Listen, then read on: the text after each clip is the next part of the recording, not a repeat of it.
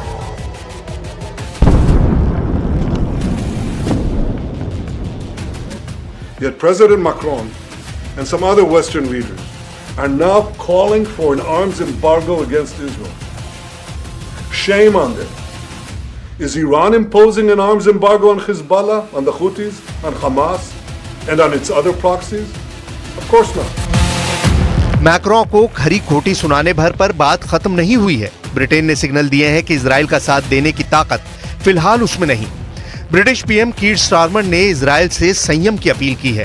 साथ ही ये भी क्लियर किया कि ब्रिटेन को गजा युद्ध से नुकसान हुआ है, यानी नेटो के 3 ताकतवर देश इजराइल से दूरी बनाते दिख रहे हैं। इसमें पहला देश है तुर्की, जिसने पहले ही इजराइल के खिलाफ मोर्चा खोल रखा है। दूसरा फ्रांस, जिसने इजराइल के हथियार सप्लाई रोककर नेतन्याहू को सेटबैक दिया है। तीसरा ब्रिटेन, जो ईरान इजराइल युद्ध से दूरी बनाने की दुहाई दे रहा है। नेटो फोर्सेस के 32 देशों में ये 3 देश ऐसे हैं जिनकी सैन्य क्षमता सिर्फ अमेरिका से कम आंकी जा सकती है। इन जैसे कई और देश हैं जो इजराइल के लिए अपना नुकसान नहीं झेलने का बहाना बना सकते हैं। तो क्या सिर्फ अमेरिका ही इजराइल को बचाने आएगा? इजराइल और अमेरिका मिलकर क्या अरब लीग के 22 देशों से युद्ध जीत पाएंगे? इजराइल की मुश्किलें दिन ब दिन बढ़ती जा रही हैं, जिसका असर युद्ध के मैदान में साफ दिख रहा है। इजराइल के हमले तेज होते जा रहे हैं, गजा में भी और लेबनान में भी। हिजबुल्लाह 2 मिसाइलें मारता है, बदले में इजराइल 200 धमाके कर रहा है। मार कितनी तगड़ी है, कितनी विध्वंसक है, कितनी जोरदार, ये बस बैरूत के दृश्य बता रहे हैं। लड़ाई बड़ी भीषण हो रही है। हिजबुल्लाह फाइटर्स का दम उखड़ता जा रहा है। सारा जोर लगाकर भी लड़ाका ग्रुप इजराइल के आगे टिक नहीं पा रहा। הערכת מצב שקיימנו היום הוחלט על עדכון ההנחיות לעורף כך שיתאפשרו התקהלויות של עד 2,000। तस्वीरें 5 अक्टूबर की रात हुए हमले की हैं। बैरूत हवाई अड्डे के करीब गोल्डन प्लाजा पर पतंजलि गोनाइल पवित्र गौमूत्र अर्क एवं एंटीबैक्टीरियल जड़ी बूटियों से निर्मित।